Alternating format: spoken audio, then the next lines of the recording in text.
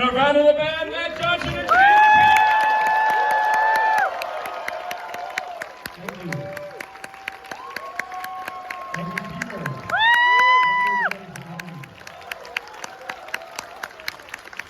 You honor us. Thank you. We're so excited that we got to be here for this last screening. Because it's not traditional. You guys normally, the third screening, they don't do it. It's optional. And we took the option. Sincerely, it was so nice to get to bring the film to Toronto, and the fact that I know a lot of you guys who fought really hard to get tickets to this screening, and I know many of you are very disappointed. I always feel so bad for the people who are like, this buzzy title that I know nothing about. I want to go to that. Imagine what they think right now. They think all of you are crazy. They're wondering what they just watched. Like a student art project. Very Peter Kaplowski coded.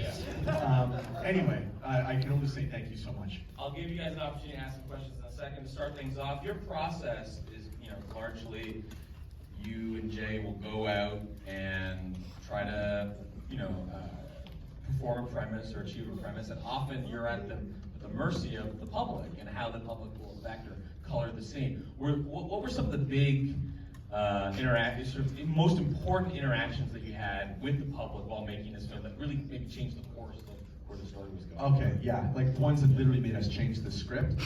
I think the CN Tower was the biggest one, but I'll say one that's maybe a bit more human and that you guys actually got to see, because what the shadow answer to that question is, it's the interactions where Jay and I go thinking something will happen and it doesn't happen the way we wanted, and then we move off of that storyline. Those are the ones where, for Jay and I, it's the biggest, like, whoa, okay, we're making a different movie than what we thought, and you guys don't actually see that stuff. But the one where Jay and I were shooting it, and right afterwards we were like, oh my God. We always know we did something great when we're going to Jared afterwards, being like, did we get that? Like I hope we got that, and it was with that guy Arush at Canadian Tire, the libertarian manager. What you don't see is that Jay and I had been to 3 or 4 Canadian Tires that day and shot all the different versions of that scene. We were like, oh yeah, this is kind of working. Because it's a simple thing. All we have to do is kind of get these pliers. We didn't even know what's going to happen. And then this guy appeared and tried to save our life. Oh my God, this is so powerful that this can not only be like the beginning of the movie that tells the audience what type of movie they're seeing, it can also be the thing that closes the movie, where we remind everybody of where this started, and specifically, I mean, it's impossible to write. You never think like, oh yeah, and I've got the pliers, and then I'm going to turn into a skeleton. Like, it's absurd. Like, if you were to write that on a page, it would be mocked.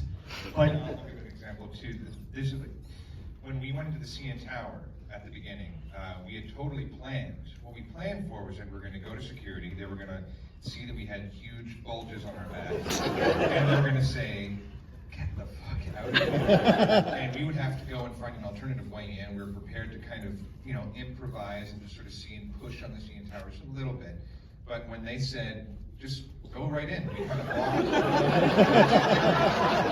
And we're looking back at Jared's giving us a big, like, put his camera down on the conveyor belt thing and pointing right at us. So all of that is just like what you see is what you get. So sometimes we get very lucky with those things.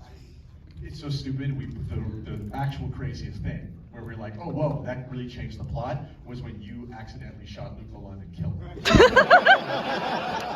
Then we were like, oh, well, we have to follow this. Because the gun had gone off.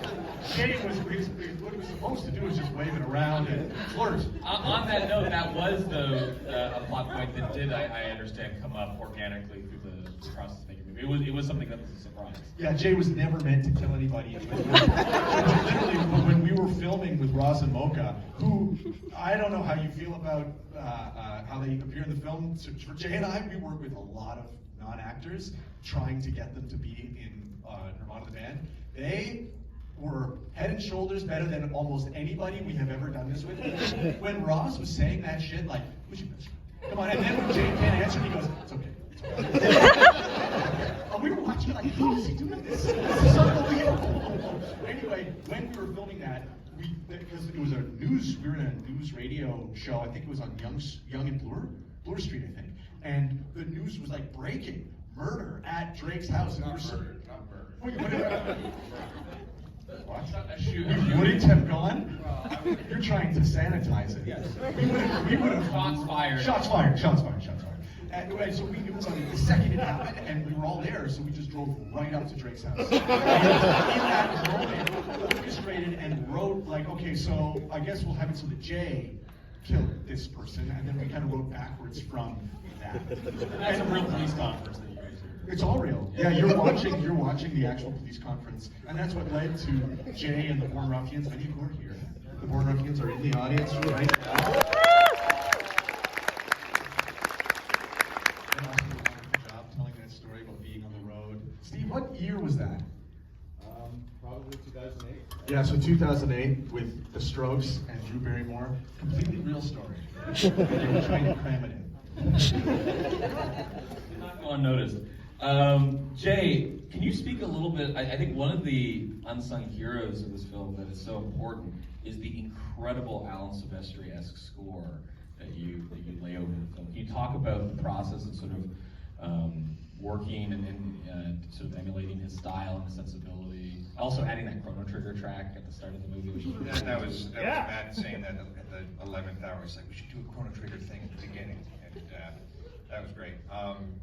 Yeah, it wasn't the plan to do a full score. Normally what we do is, like if it was a TV show, we would just grab the Back to the Future score and just completely drench the whole movie in it. But this was where we kind of had our legal limitations put on us. And it was like 2 months before we went to South by, and Miller was saying like, yeah, you're gonna have to just do all the score yourself. But it was a gift. I was like, well, this is a dream come true to try to just sort of like channel some of that stuff. And it's all, if any musicians are in here, the octatonic scale. That's all Silvestri was doing.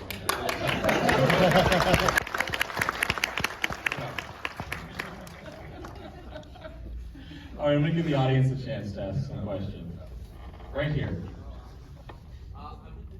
I'm curious. At one point, you mentioned that this movie was loosely inspired by A Confederacy of Dunces. Blackberries, based on the book. What other books kind of inspired you creatively, or yeah? Do you want to speak to the comparison of Confederacy of Dunces, which was initially... Sure, yeah, I was reading Confederacy of Dunces and I thought, oh, this is a perfect book for us to try to translate into a movie. It's a famously cursed book, and anybody who tries to turn it into a movie either dies or their project goes disastrously wrong. And in keeping, we drove that RV down to New Orleans to shoot Confederacy of Dunces, and the movie was destroyed. So we're a part of that same, that continuum. But I like books because there was an actor in my first movie, The Dirties, who told me that as an actor, you will be able to summon only on the things that you dream and the things that you read. And I don't know if that's true, but I will never forget it. And so I like reading because it gives me things to quote, and I like the idea that my character in these things is kind of verbose and has a verbal fluency that is not suited with someone so stupid. I think it makes for an interesting guy in the same way that the protagonist in Confederacy of Dunces is so fluent and yet so unbelievably out of touch. And so I try to think of what books I was reading when we were shooting this, because I'm stealing a lot of the things that I say from books. But the only one I can say for sure is I stole a lot from John Updike's book, The Coup, about a dictator who is very similar to Confederacy of Dunces. If you're looking for a book to read, it's from 1976, 1976. The book is hilarious. It's unbelievable. Very edgy though. Be warned. Right in the front there, and then we'll start moving back. Yes? Me? Yeah. Oh, okay. I was wondering, like, how and why you chose The Waters of March to close out the movie. Like, it's a very beautiful song, and I was just wondering why you chose that specific I'll repeat this song. question if you couldn't hear it. The song at the end of the movie is The Waters of March, and it's a version specifically recorded by Suzanne McCorkle. And Jay and I have a very, very specific history with that song, which is that the reason it's at the end of the movie movie is a total ripoff of a documentary that Jay and I really bonded over. A documentary about stand-up comedians in New York called Comedian. It's about Jerry Seinfeld and this young comic named Orny Adams. And if you go watch that documentary, you will see that it is not even like an homage. Like, we do a literal, straight ripoff of that, and we both just love that song. I'd say even as we were walking in, Jay said, you know, I'm so happy we're using this song, because there's something about it. I mean, I don't want to explain it because it's gonna sound so trite, but there's something about what these guys are trying to do and what any artist in a futile pursuit, almost a Sisyphean pursuit, is doing, that it can be so pathetic to look at. And you know, your friends or your family will kind of be like, oh my God, I can't believe they're doing this, or that they're taking this seriously. But there's also a kind of nobility in it as well, and both those things are true at the same time. And I think that song somehow captures that, but I can't explain it better than that. Thank you. Just that I was so happy when you put that song in there. Like, often some of the last finishing touches, we always were trying to send our editors up to the moon with praise. And there's one thing that always happens though on all of Matt's projects, is that in the final hour, we're figuring out something, we're watching rough cuts, and maybe something isn't working.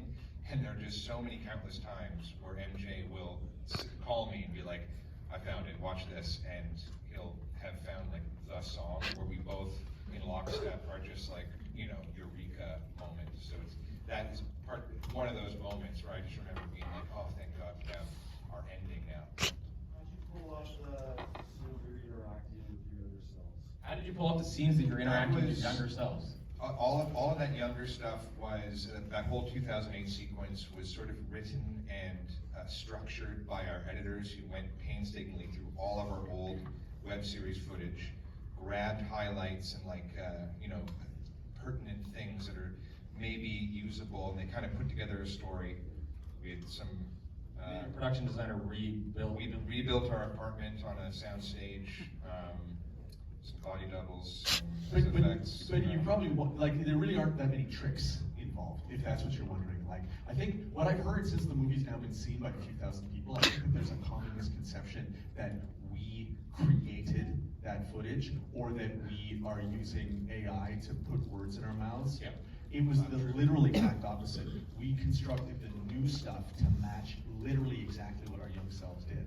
And it was a great limitation. It was almost like a good writing exercise, because we're stuck with I mean, the scene between me and young Jay is absurd. The things that he's saying are unbelievable. He goes from talking about the H1N1 virus to his grandmother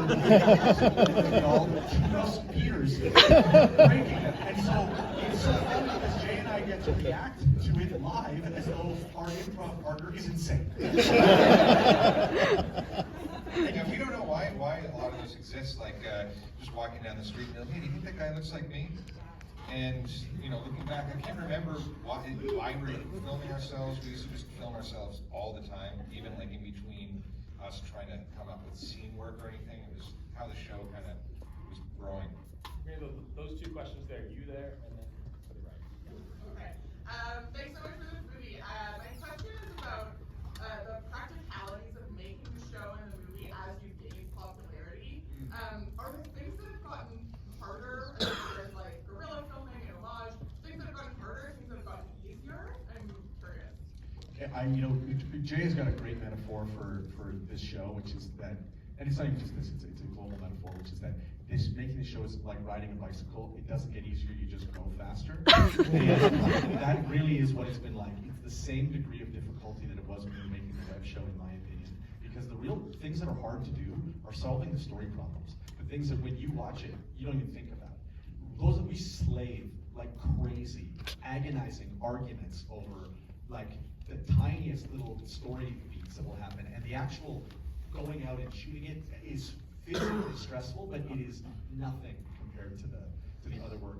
But I understand the spirit of your question, which is that as people watch the show, does it become harder to create it? Like, it doesn't defeat itself, and that has never been our experience. Again, it's a very niche show. It's very few people who can even approach it without being repelled.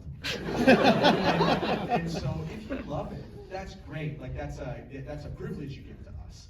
But the majority of Torontonians could care less about it. They think that we're crazy, and so they avoid us. And so we haven't had issues shooting the show at all. Yes.